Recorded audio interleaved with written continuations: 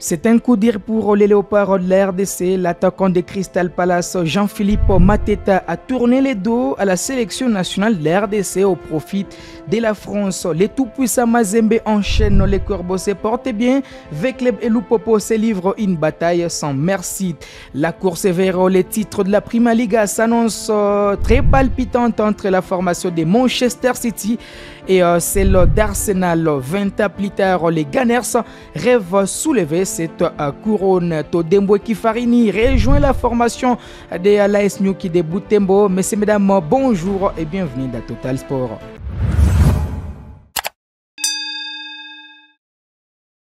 Allez, ouvrons cette production d'aujourd'hui par la sélection nationale de la RDC avec Jean-Philippe Mateta qui a tourné les dos aux Léopards de la RDC. L'équipe de France, c'est mon objectif numéro 1, c'est mon rêve des gosses. Je vais regarder la liste.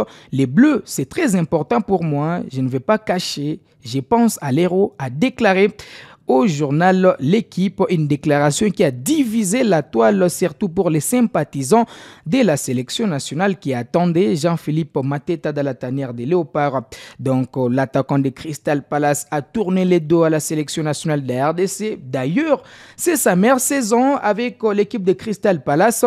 L'attaquant Jean-Philippe Mateta, qui compte cette saison 17 buts et 4 passes décisives, attend une convocation avec les Bleus de la France afin de discuter l'Euro 2024. Si ça tourne au vinaigre, il sera dans l'obligation de revenir dans la sélection nationale. Peut-être que ça sera trop tard puisque actuellement l'équipe nationale de la RDC est également courtisée par plusieurs joueurs. La preuve, c'est déjà les jeunes Noah Sadik qui étaient courtisés ou encore dragués par l'équipe nationale de la Belgique. Mais les Congolais ont décidé de venir porter les maillots du pays de ses ancêtres. Pour Jean-Philippe Mateta avec Crystal Palace cette saison, c'est 52 points à 37 matchs joués et occupe la 12e position. Ça va rester donc un dossier à suivre. Pourtant, les Congolais attendent la publication de la liste de Sébastien Desabre pour les 20 mai prochains à l'occasion d'une conférence de presse que les techniciens français vont animer dans la capitale congolaise. On va parler du championnat national de la RDC sur sa pelouse. Les tout-puissants Mazembe a fait les boulots devant les CS Don Bosco. Détail. Les duels entre les Salésiens et les Corbeaux a tourné à l'avantage de ces derniers. Le TP Mazembe a écrasé les CS Don Bosco 0-4 mardi 14 mai 2024 au stade du tout-puissant Mazembe.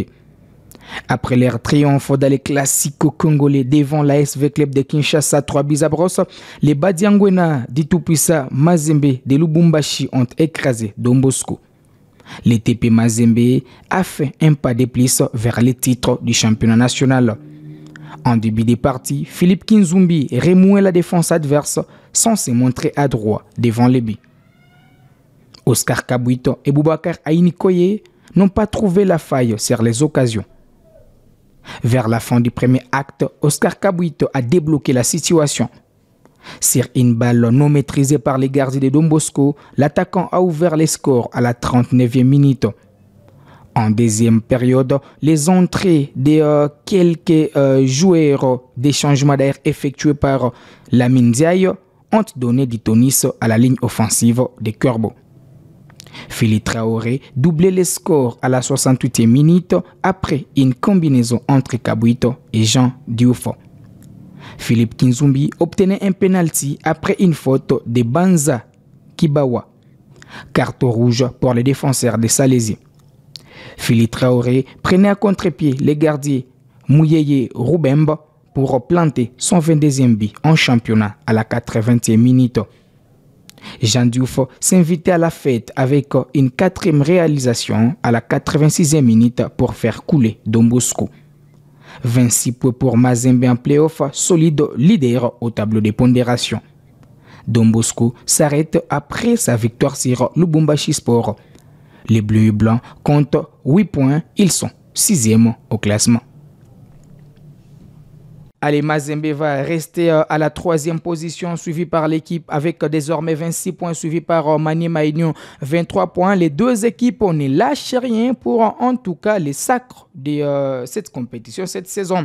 3e au classement avec 20 points. Lupopo va recevoir l'AS Vecleb ce mercredi 15 mai. Vecleb qui occupe la 4e position avec 18 points. En tout cas, c'est un match interdit au cardiaque puisque Vecleb est obligé de s'imposer afin de garder ses chances de se qualifier pour les interclubs de la CAF.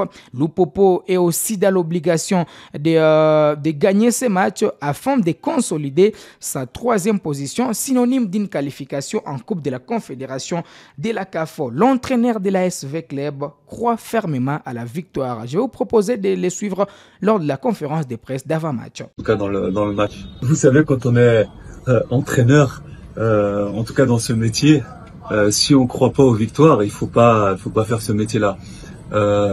Bien sûr qu'on, comme je vous l'ai dit, qu'on y va avec beaucoup d'ambition. Par rapport aux joueurs, on a quelques blessés, oui. En termes de profondeur de banc, on arrive en fin de saison. Il y a la fatigue, il y a des blessures. Mais en tout cas, on sera en mesure de présenter une équipe compétitive.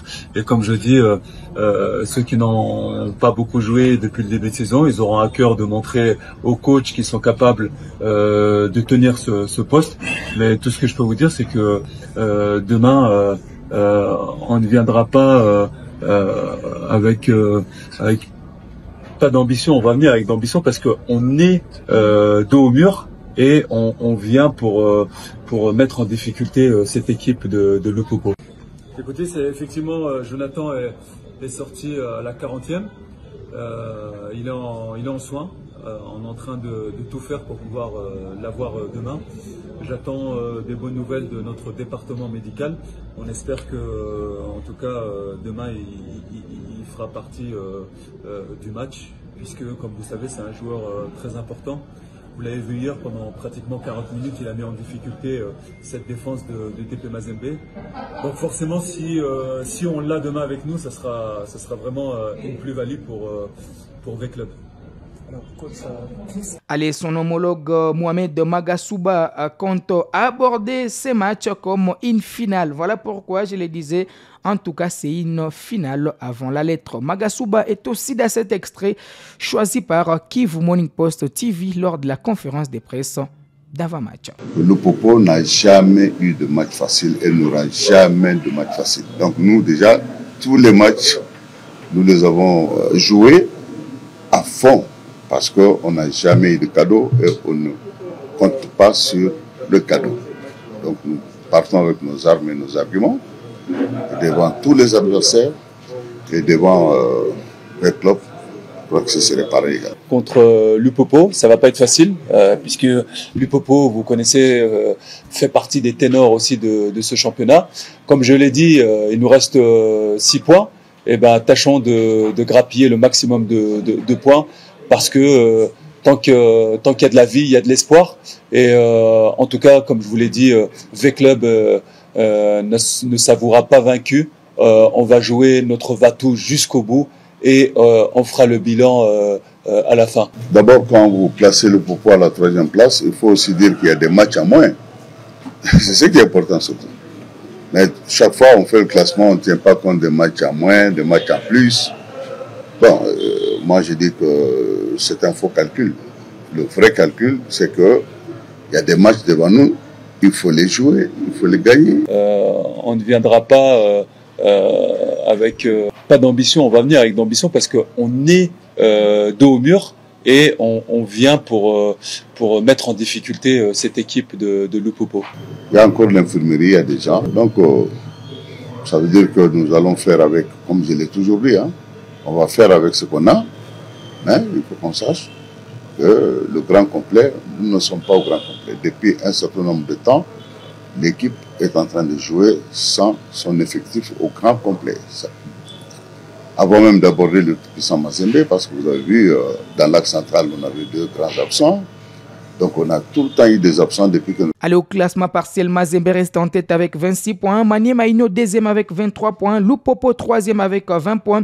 Veclebo quatrième avec 18 points. Les Aigles du Congo cinquième avec 14 points. Les CS Dombosco sixième avec 8 points. Dauphin Noir occupe la septième position avec 7 points devant l'équipe de Lubumbashi Sport. Dauphin Noir qui d'ailleurs a perdu son dernier match par forfait devant Lupopo est déjà dans la capitale qui préfère pour jouer contre les tout-puissants Mazembe. Dauphin Noir s'est déplacé ce mardi et est arrivé dans la même soirée à Lubumbashi pour son match face à Mazembe.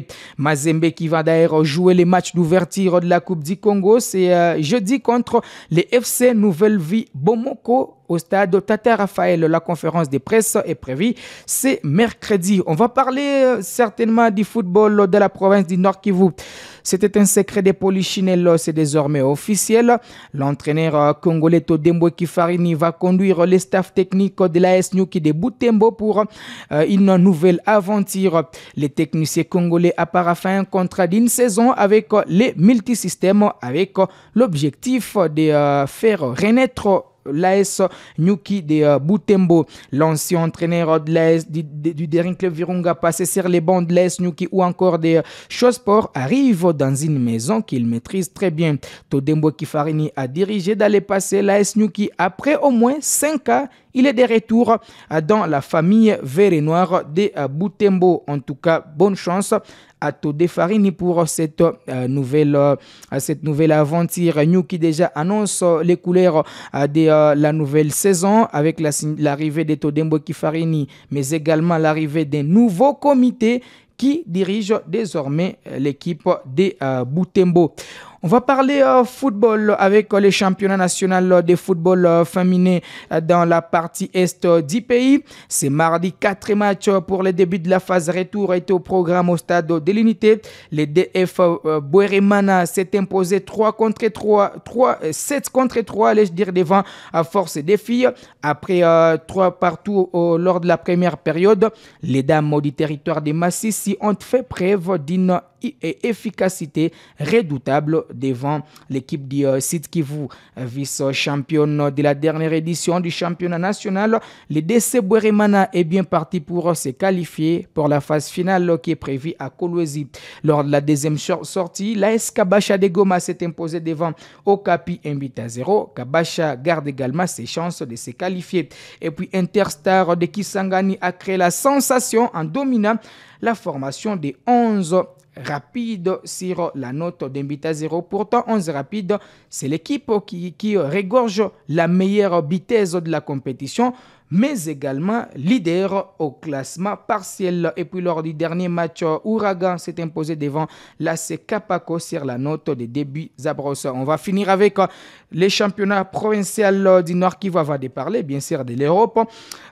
Pour les comptes de la phase finale, 2 matchs sont prévus ce mercredi au stade Matokeo de Butembo. Goma Sport, vainqueur du championnat local de football de Goma, va entrer en lice contre l'AC Kapako qui a fait match nul lors de la première journée face à Brésil AC de Goma 1 partout. Et puis les meilleurs arbitres du championnat local de Goma et meilleur arbitre de la phase préliminaire avec 10 buts, Alisson Mumbere est très attendu cet après-midi avec son équipe de Goma Sport. 2 heures plus tard, l'IS Sokozaki va jouer contre l'AS Ngavo. Sokozaki qui avait gagné son premier match 1-0 devant l'AS Kivu United de Goma va tenter d'arracher sa qualification ce mercredi en cas d'une victoire. On va parler de l'Europe avec quelques matchs qui se sont joués. D'abord, c'est les matchs qui sont prévus aujourd'hui mercredi. En Ligue 1, il y a Nice qui va jouer contre le Paris Saint-Germain. Reims va recevoir la formation de Marseille. En Espagne, l'FC Séville va recevoir l'équipe de Cadix. Rayo Vallecano va jouer contre Grenada. Celta Vigo va recevoir l'équipe d'Atlético Bilbao. Et puis Getafe va jouer contre l'Atlético de Madrid. En Angleterre, Brighton va jouer contre Chelsea et Manchester United va recevoir la formation de Newcastle United. Pour la Coupe d'Italie, l'Atlanta de Belgium va recevoir la formation de la Juventus de Tiré. On va revenir sur les résultats C'est mardi dans différents championnats, toujours en Europe, avec déjà les championnats espagnols où Osasuna a fait un partout avec Real Majorque. Le Real Madrid s'est baladé devant Alaves sur une manita, soit 5-0. Guérone, d'abord je reviens sur les buteurs du Real Madrid, Jude Bellingham, Vinicius Junior, Federico Valverde, Vinicius Junior qui s'est illustré avec un doublé, et Arda Toula. Alors pour les championnats de la Premier League, il y a Tottenham qui a perdu devant Manchester City sur les scores de 0-2 grâce à un doublé d'Erling Haaland, d'abord à la 51e minute, puis à la 90e minute sur penalty. Une victoire qui permet à l'équipe de Manchester City de prendre une belle option afin de détrôner la formation d'Arsenal, puisqu'au classement partiel, c'est Man City qui passe en tête avec 88 points devant Arsenal qui compte 26 points. Liverpool est 3e avec 29 points. Aston Villa 4e avec 68 points. Tottenham 5e avec 63 points. Donc la course vers les titres entre Arsenal et Man City s'annonce très intéressante. Ça fait 20 ans qu'Arsenal a remporté cette compétition. Il est temps pour les Gunners de revenir au sommet du football anglais. Voilà qui met un terme à cette production sportive de ce mercredi. Vous l'avez médité. Merci à toute l'équipe de Kivu Morning Post TV. On se fixe rendez-vous très prochainement. Ça sera avec ce même plaisir.